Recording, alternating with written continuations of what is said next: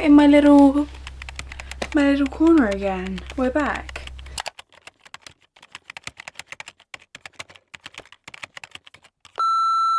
Welcome or welcome back to my channel. If you're new here, I'm Maria, and in today's video we are going to be picking my April TBR using our trusty TBR prompts, and we will also be going over my March reading wrap up. We will be going straight into the TBR picking as we always do. This is literally my favourite thing to film and my favourite thing to watch. I love these videos, and honestly I don't know why I could not get that other video edited and uploaded for the beginning of the month. I'm sorry about that. What the hell happened to me? I think in April I have 2 new releases coming out that I'm looking forward to. On Thin Ice, which comes out at the very beginning of the month, which I'm so excited for, and Riftborn, the traditional version, will be coming out at the end of the month or closer to the end of the month. So those are both options I could definitely pick for this TBR. I have been waiting to read Riftborn as the traditional version because I honestly just want to have them all the same version, especially because I know there are going to be some differences. Not huge differences, but there are going to be some differences, I believe, between the indie published versions and the traditional versions. Obviously I want to go in with the versions being the newest. Aside from that, I don't think I've got anything else to really tell you. Let's get straight into the prompt picking. Prompt number 1. A book with a purple cover. Great. I feel like that's a good prompt. I feel like I should have some purple covers somewhere. Do you actually believe it if I said I've literally got like 3 purple covers? That is insane. Got 2 over there, but they're later in the series, so I feel like I can't read them. Do I have anything else on my shelves? Pink and black. Technically, in my opinion, this does count as purple because it's got some purple on the cover, so I'm going to consider this one of our options. Honestly, I don't think I've got many other covers with purple on.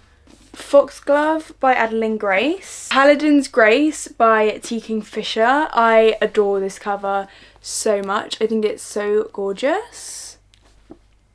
I mean, this actually doesn't have as much purple as I thought. Yeah. I'm actually shocked. I feel like I would have had more purple covers. These are my options.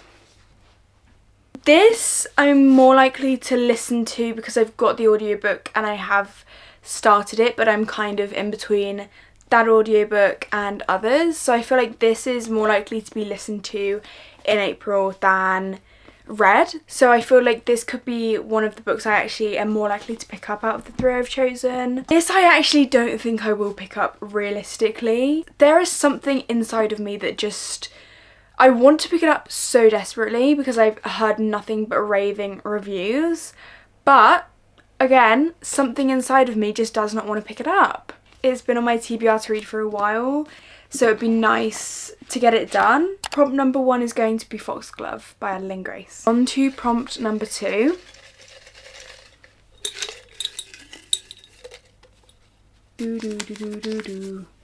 Newest addition to TBR. Okay, so I actually do have 6 new editions that I bought at the same time. What did I actually buy at the same time?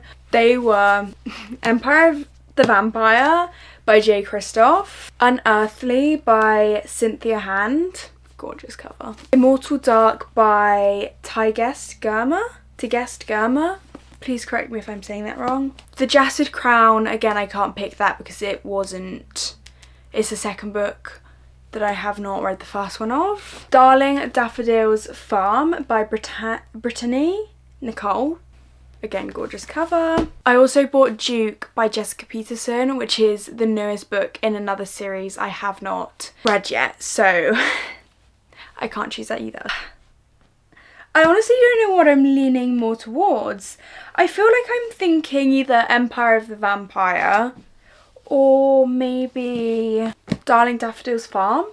This also does sound good, so I think we're gonna go with Empire of the Vampire by J. Kristoff. It's been put off by me for a while, and I really want to see what it's all about. I know it's very highly loved. I think the average rating on Goodreads is actually phenomenal, something like 4.4 or something, with loads of ratings and reviews, so that is very impressive. I have seen so much about this and so much about J. Kristoff, and I just want to know why everyone loves it so much. I'm really excited for this. It is a chunky read, but I feel like it will be worth the length of time it's going to take. But I bought it from Mr. B's Emporium in Bath. And do you know what? It's my first time going in there. So lovely. I feel like the entire just vibes of the shop was so nice. It's so lovely to have independent bookstores close to you, because I never actually realised it was there. It is kind of on a quieter street. It's behind the Waterstones, the shop behind there, or somewhat behind the Waterstones, one of those shops along that road. I had the best time. I think they're doing an event with Liz Tom Fordy soon, but I think I'm working the day they are. I don't know, I would love to go, but this is prompt number 2 for this video. On to prompt number 3.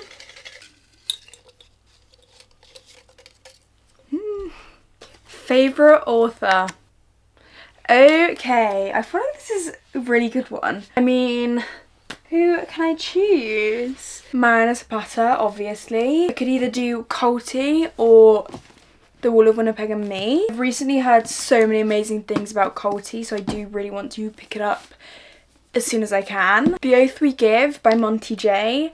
I love Monty J so much. I kind of want to pick this one up. Or we could do A Reaper at the Gates by Sabaa Tahir. I love, and I've just lost my page. That's so annoying.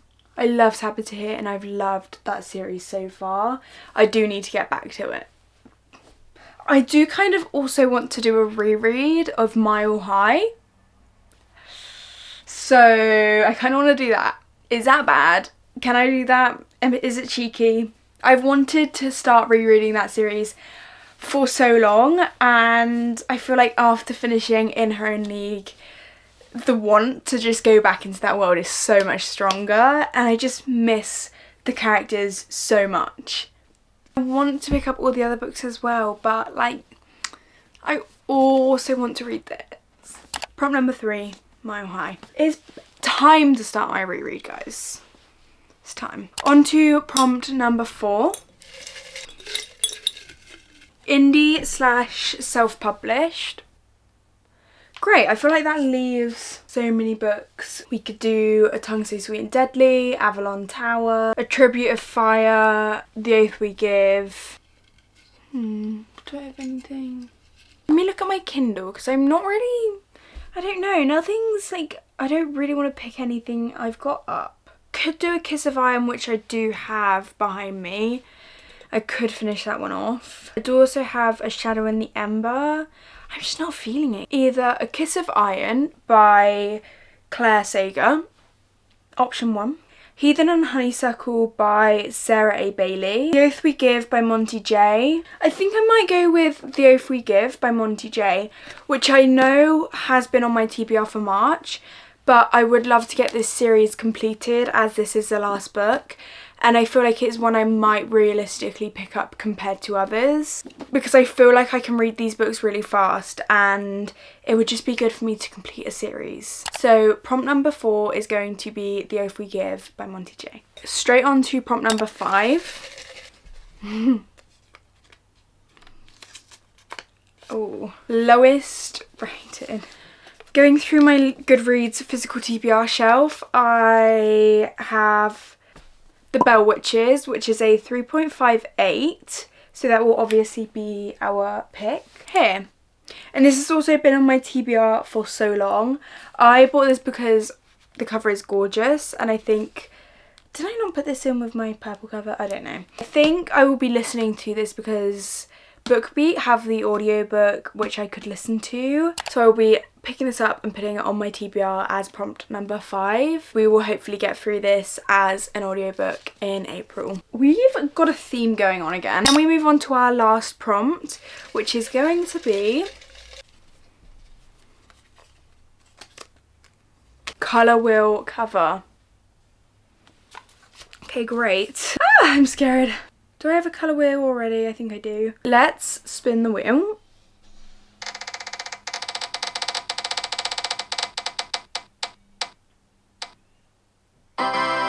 What does that even mean? I would roughly say like Dust Storm, The Long Game. Maybe?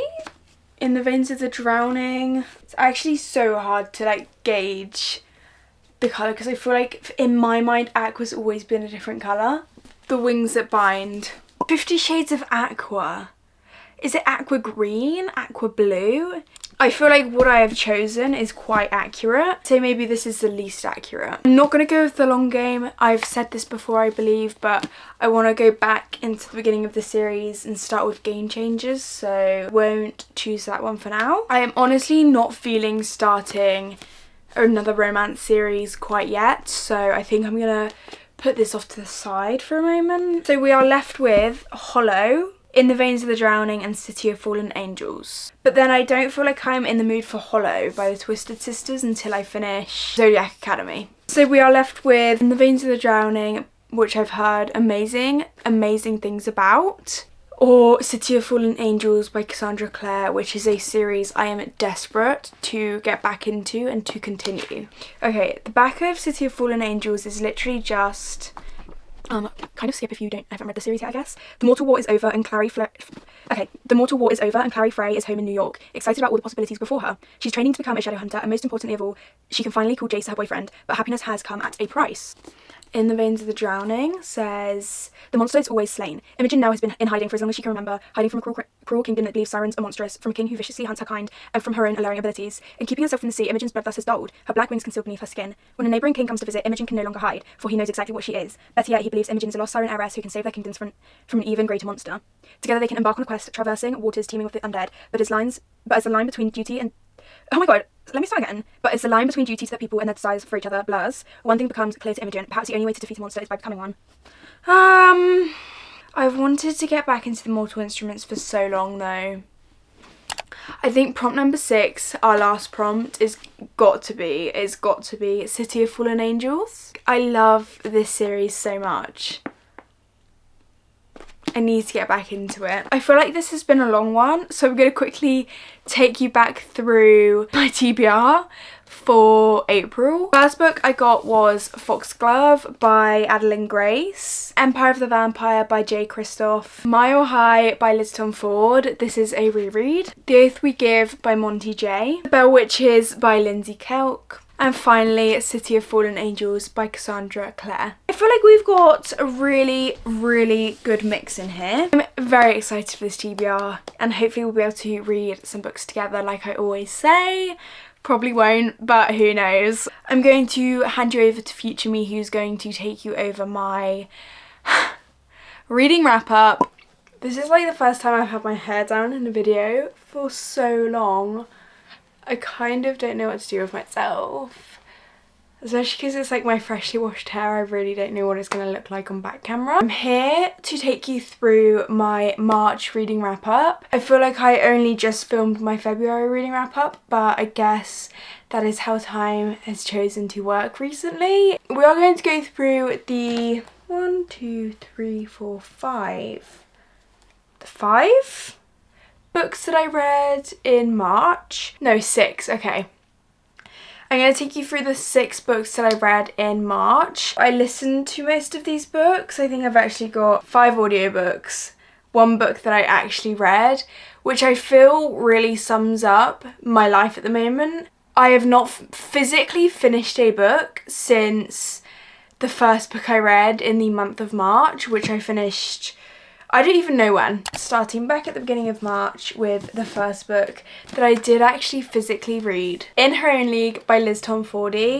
I love Liz Tom 40 so much.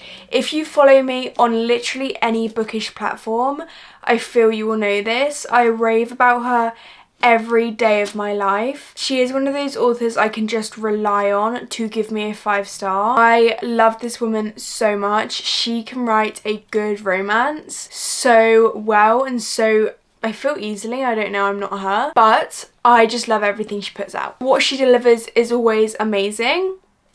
If you can kind of catch where I'm going with this, this was a 5-star read for me.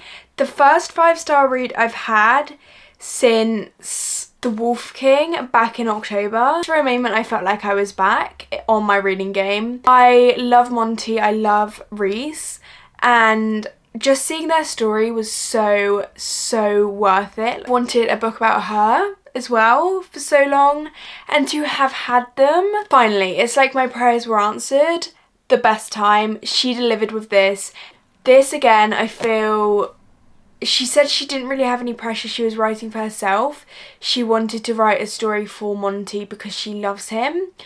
And you can really feel that love for him and for Reese whilst reading this book. She delivered. Have I said that already? Yes, I have. I didn't even feel like I was reading. I felt like I was breathing. That's how natural it came to me. I was a bit worried going into it because of the state I'm in at the moment with my reading. It's like, is this going to kind of ruin my track record with Liz Tom 40? Rest assured, it did not. And the fact that it is a woman in sports, not only in sports but running a major league sports team, it's great. I loved it. Loved those moments where she actually stood up for herself and was like, actually, I'm not going to take this misogyny and I'm not going to take the insults you're handing out to me just because I'm a woman. I do wish she did what she did at the end of this book way earlier at the beginning. It happened eventually and that's all that matters. Better late than never. I had the best time. I literally don't know what else to say. I feel I'm gonna just keep saying the same thing, that I loved it. I could go on. As I said, 5-star, first 5-star of the year and first 5-star since October last year.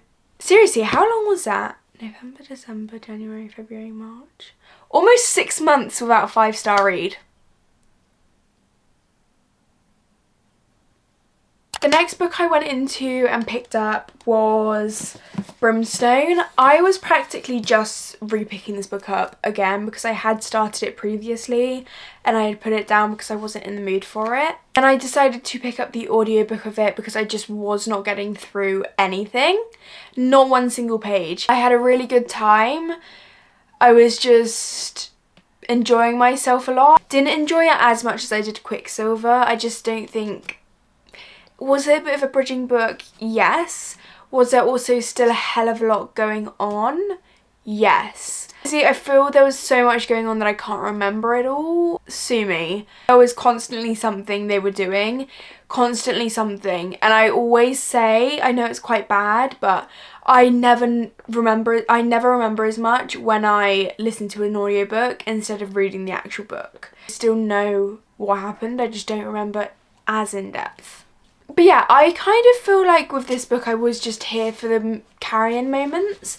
And I do think he had less in this than he did in Quicksilver. I really enjoyed this. I cannot wait to see where it goes next.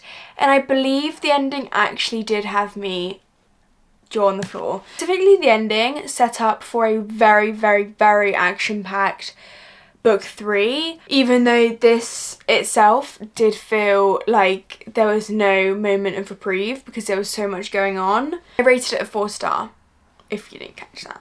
I then picked up In the Weeds by B.K. Borison. I listened to this as an audiobook because obviously all of these books are audiobooks. I don't want to say I softy enough, but did I? Okay, this is gonna sound so bad, and this is something I will sometimes do. I will listen to a book, and if they get to a certain point where there's still conflict happening when they could just be a happy couple, or they're a happy couple and there's like no real need for the book to continue, I will just skip to the epilogue.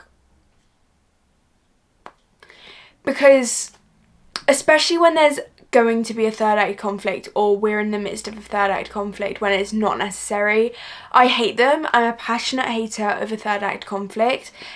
They are only okay if they are absolutely essential to the plot and if they absolutely make sense for the plot. I did do that for this book. I did skip the conflict because I just knew it was happening and I just wanted to get to the point where they were happy. I enjoyed this. I feel like there's nothing really I have to say. I think I preferred it to Love Like Farms because that for me was a bit of a hate read. I did not enjoy my time in that, and I definitely enjoyed this one a bit more. But yeah, I rated it a 3-star. It was okay, an alright listen, and I'm just glad I skipped that conflict at the end because it wasn't doing anything for the story or me. And then I picked up Ricochet. Can you believe I finally got to it? This I had been waiting for the audiobook of for so long. You don't understand how long I wanted the audiobook of this to come out. I literally could not pick it up for the life of me, and I knew I just wasn't going to be able to get through it if I did pick it up physically.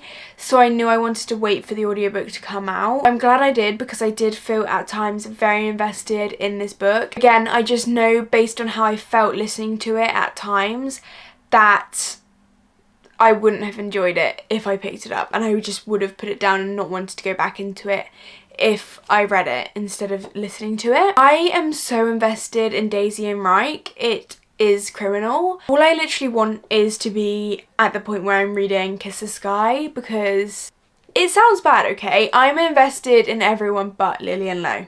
I just care about Rose and Connor and then Reich and Daisy, and I just want their books. Whilst I was listening to this, I didn't care for anything aside from the side characters. I did have a really good time listening to this.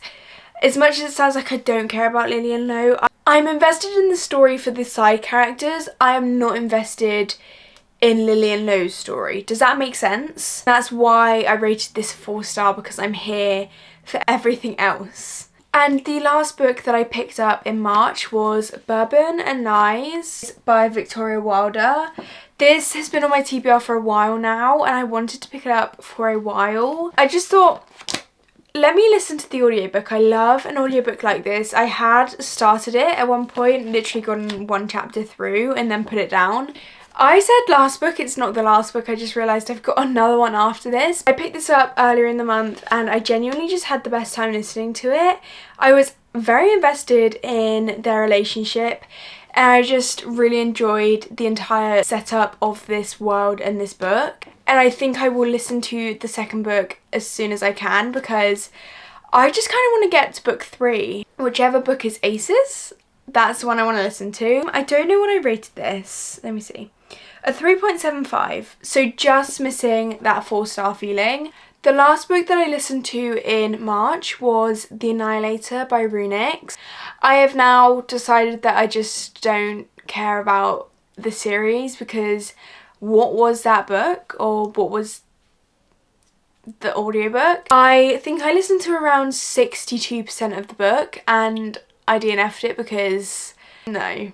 It's just not for me. I couldn't handle the back and forth. I just didn't have the effort or the care or the investment in me to actually get anywhere with it. So I just decided to DNF it.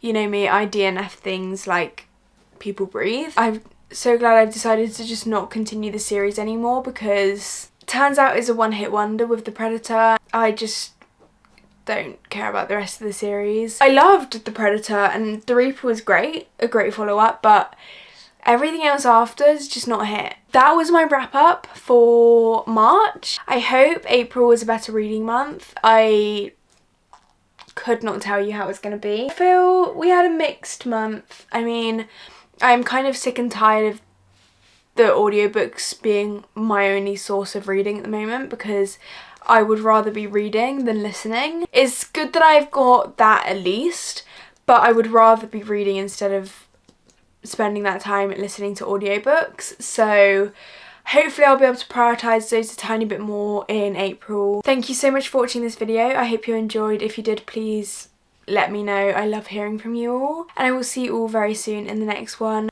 Maybe this time we'll get some of our April TBR read. Who knows?